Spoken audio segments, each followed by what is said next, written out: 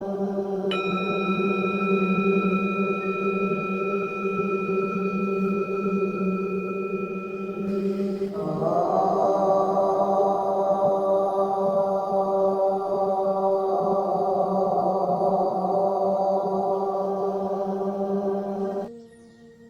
हो सकता है ओम मंत्र का रहस्य? हमें यह तो पता ही है कि ओम मंत्र के उच्चारण से मन को शांति मिलती है और सकारात्मकता बढ़ती है। परंतु क्या इसके अतिरिक्त भी ओम मंत्र का कोई गूढ़ रहस्य है? ओम का रहस्य जानने से तुम्हें ब्रह्मांड के सीक्रेट कोड 369 में से 3 नंबर वाली पहली चाबी मिल जाएगी, जिससे आप सबसे बड़े खजाने के सभी ताले खोल सकते हैं और संसार में सबसे अमीर व्यक्ति भी बन सकते हो। और साथ में यह भी जान सकते हो कि आत्मा क्या है, मोक्ष क्या है, ब्रह्मा क्या है, तुम संसार में क्यों आए हो और तुम्हारा उद्देश्य क्या है।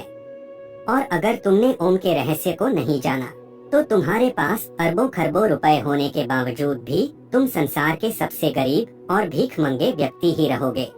और ओम मंत्र का यह रहस्य तुम वेदों और उपनिषदों से प्राप्त कर सकते हो, लेकिन अगर तुम्हारे पास इतना समय नहीं है कि तुम इनका अध्ययन कर सको, तो आपको हमारी इस प्रस्तुति को अंत तक एकाग्रचित्त होकर जरूर देखना चाहिए। ओम सनातन धर्म का प्रतीक है और यह शिव का भी प्रतीक है। ओम एक ऐसी ध्वनि या मंत्र है जो अनगिनत रहस्य को अपने अंदर समेटे हुए है। और अमेरिका की ऑक्सफोर्ड यूनिवर्सिटी में डायरेक्टर रह चुके पीटर रसेल ओम मंत्र पर गहन अध्ययन कर रहे हैं और उन्होंने E=mc² को ओम =mc² के समकक्ष बताया है। और वो कहते हैं कि यह सूत्र चेतना की अभिव्यक्ति को दर्शाता है। ओम ही ब्रह्मांड की एक ऐसी ऊर्जा है जिससे यह ब्रह्मांड बना है। यूनाइटेड स्टेट में अलग अलग जगह पर रिसर्च चल रहा है कि ओम की ध्वनि का हमारे शरीर पर क्या असर पड़ता है। इस रिसर्च में जब अलग अलग ध्वनि को ऊंची आवाज में बजाया जाता है तो हर ध्वनि का असर शांत पड़े पानी पर अलग अलग पड़ता नजर आता है, लेकिन ओम की ध्वनि का असर पानी पर सबसे अलग पड़ता है। रिसर्चर खुद हैरान थे कि ओम की ध्वनि के बजने पर पानी पर ऐसी आकृति बनती है जैसे कि सनातन धर्म में बताए गए श्री यंत्र की आकृति होती है। ओम के सिवा कोई ध्वनि ऐसी आकृति नहीं बनाती थी। रिसर्चर ने बताया कि ओम की ध्वनि बहुमूल्य ज्ञान का खजाना है। और जब प्राचीन काल में एक सन्यासी को लगा कि गुप्त मंत्र से बड़े बड़े खजाने के ताले तोड़े जा सकते हैं, तो यह सन्यासी गुप्त मंत्र की तलाश में एक बड़े आश्रम में जाता है। वहाँ के आचार्य से कहता है कि आप मुझे मूल्यवान गुप्त मंत्र दीजिए। तो आचार्य ने कहा कि मैं तुम्हें गुप्त मंत्र तो दूंगा, लेकिन तुम्हें सालों तक यहाँ रहकर सेवा करनी होगी। सन्यासी ने सेवा करते करते सालों बिता दिए।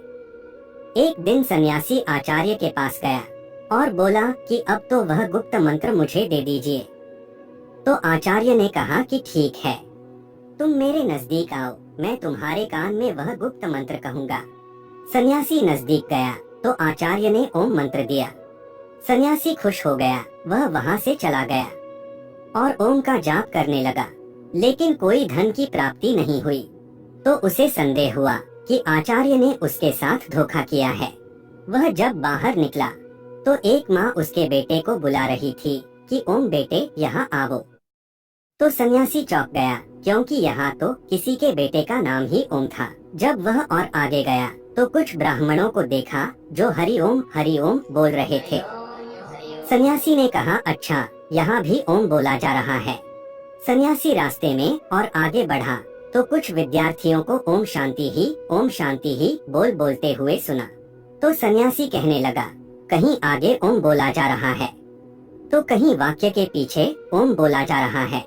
इस ओम मंत्र को तो सभी जानते हैं, तो यह ओम का मंत्र कैसे गुप्त मंत्र हो सकता है? निश्चित ही मेरे साथ धोखा हुआ है। वह अपने आचार्य के पास गया और कहने लगा, आचार्य, आपने मुझे यह कैसा मंत्र दिया है? इसे तो हर कोई जानता है, तो फिर यह कैसे गुप्त मंत्र हो सकता है? आप मुझे कोई दूसरा गुप्त मंत्र दीजिए जिससे मुझे खजाने की प्राप्ति हो। आचार्य बोले, ठीक है, मैं तुम्हें दूसरा गुप्त मंत्र दूंगा, लेकिन तुम्हें मेरा एक काम करना होगा। आचार्य भीतर जाकर एक पत्थर लेकर आए और सन्यासी से बोले, यह लो सन्यासी, इसे बाजार में ले जाओ और इसका मूल्य जानकर आओ। याद रहे, इस पत्थर को बेचना नहीं है। सन्यासी पत्थर को लेकर बाजार में गया और सब्जी वाले को दिखाया। सब्जी वाला बोला, यह तो मेरे बाट के बराबर है, मैं उसके बदले में तुम्हें सेर बैंगन के सिवा कुछ नहीं दे सकता। सन्यासी उस पत्थर को लेकर फिर कपड़े वाले के पास गया तो कपड़े वाला बोला, क्या हमें उल्लू समझा है? पत्थर बेचकर हमें ठगना चाहते हो? चलो चलो यहाँ से। सन्यासी पत्थर को लेकर पूरे बाजार में फिरता रहा, लेकिन किसी ने उसका मूल्य नहीं बताया और किसी ने उसको मुफ्त में भी नहीं लेना चाहा। फिर सन्यासी उस पत्थर को लेकर एक जौहरी की दुकान पर गया। जौहरी ने उस पत्थर को देखा और बोला, कहाँ से मिला तुम्हें इतना कीमती रत्न? यह तो बहुत ही मूल्यवान रत्न है। मेरे पास तो इतना धन ही नहीं है कि मैं यह रत्न खरीद सकूं, और पूरे राज्य में शायद ही कोई ऐसा होगा जो इसे खरीद सकेगा। सन्यासी उस पत्थर को लेकर अपने आचार्य के पास वापस आया और आचार्य से कहने लगा, आचार्य, जौहरी इसे मूल्यवान बता रहा था और दूसरों के लिए यह एक पत्थर मात्र था। आपको पता था कि यह पत्थर नहीं लेकिन कीमती रत्न है, तो फिर मुझे इसका मूल्य जानने के लिए बाजार में क्यों भेजा? तो आचार्य कहने लगे, ताकि तुम ओम का मूल्य जान सको। जैसे इस पत्थर का मूल्य हर कोई नहीं जान सका, यानी इसका मूल्य गुप्त है, हर कोई नहीं आंक सकता, केवल पारखी आंखें ही पहचान सकी कि यह पत्थर नहीं रत्न है। उसी तरह ओम भी एक रत्न है जिसका मूल्य गुप्त है, और जो ओम का मूल्य जानते हैं वह समृद्ध हो जाते हैं। अब ध्यान से सुनो, मैं तुम्हें ओम का विस्तार पूर्वक रहस्य समझाता हूँ। देवताओं के सेनापति भगवान कार्तिकेय ने भगवान शिव को ओम का जो अर्थ बताया है वह मैं तुम्हें बताता हूँ। ओम एक ऐसी प्राकृतिक ध्वनि है जो बिना किसी टकराव से उत्पन्न होती है। इसे तुम अक्षर, शब्द, ध्वनि या नाद भी कह सकते हो। ओम में 3 ध्वनियाँ हैं जिसे मात्रा कहा जाता है। वे है अध्वनि, उध्वनि और मध्वनि। जब अध्वनि और उध्वनि मिलते हैं तो वो ध्वनि बनाता है, और जब उध्वनि से म मिल जाता है तो ओम बनता है। ओम की 3 ध्वनियों से ही समस्त विश्व की सभी भाषाएं और बोलियां बनती है। और गूंगा भी अध्वनि, उध्वनि और मध्वनि, यह 3 ध्वनियां बोल सकता है। आपकी भाषा कोई भी हो, लेकिन जब आप उच्चारण के लिए मुंह खोलते हैं तो सबसे पहले अकार की ध्वनि ही निकलती है, और जब तुम उच्चारण के अनंतर मुंह बंद करते हो तो मकार की ध्वनि ही निकलती है। और जब तुम होठों को पास लाकर मुख को आधा खुला और आधा बंद रखते हो तब उकार की ही ध्वनि सुनाई पड़ती है। इसीलिए सभी भाषाओं की सभी ध्वनियाँ, फिर वह स्वर हो या व्यंजन, ओंकार के अंतर्गत ही आती हैं। इसलिए ओम विशिष्ट वैश्विक ध्वनि है। ओम ईश्वर का प्रतीक भी है। मांडूक्योपनिषद के अनुसार ओंकार जगत की उत्पत्ति और लय का प्रतीक है। अध्वनि सर्जन को दर्शाती है, उध्वनि सांसारिक प्रपंच को दर्शाती है, और मध्वनि इस समग्र संसार के लय को दर्शाती है। ओंकार आत्मा की 3 अवस्थाओं को भी दर्शाता है। पहली स्थिति है जागृत। इस अवस्था में जीवात्मा अपने स्थूल अंगों और इंद्रियों से भोगों को भोगता है। दूसरी स्थिति है स्वप्न अवस्था। इस अवस्था में जीव अंतः प्रज्ञ होकर जागृत अवस्था में भोगे हुए भोगों को अपने मन के द्वारा अनुभूति करता है। तीसरी अवस्था है सुषुप्ति। इस स्थिति में जीवात्मा आनंदमय ज्ञान स्वरूप हो जाती है और ज्ञान से परमानंद को प्राप्त करती है। और इन तीनों अवस्था के बाद आत्मा ब्रह्मलीन हो जाती है। इस अवस्था में आने के बाद आत्मा अद्वैत शिव ही शिव रह जाती है। अब उसे जीव जगत और ब्रह्म के भेद का प्रपंच नहीं रहता, और उसे अनाहत नाद ओम सुनाई देता है। अनाहत नाद कोई ध्वनि नहीं है, लेकिन अनाहत एक अनुभूति है जिसमें आत्मा कहती है कि अहम ब्रह्मास्मि, शिवोहम, मैं ही ब्रह्म हूँ, मैं ही शिव हूँ, मैं ओंकार हूँ। मैंने ही जगत के रूप में अपना विस्तार किया है। मैं ही शेर हूँ जो मेरे ही हिरण रूप को मारने जा रहा हूँ। मैंने ही अपने पुत्र के रूप में जन्म लिया है, और मैं ही मेरे माता पिता के रूप में जन्म ले चुका हूँ।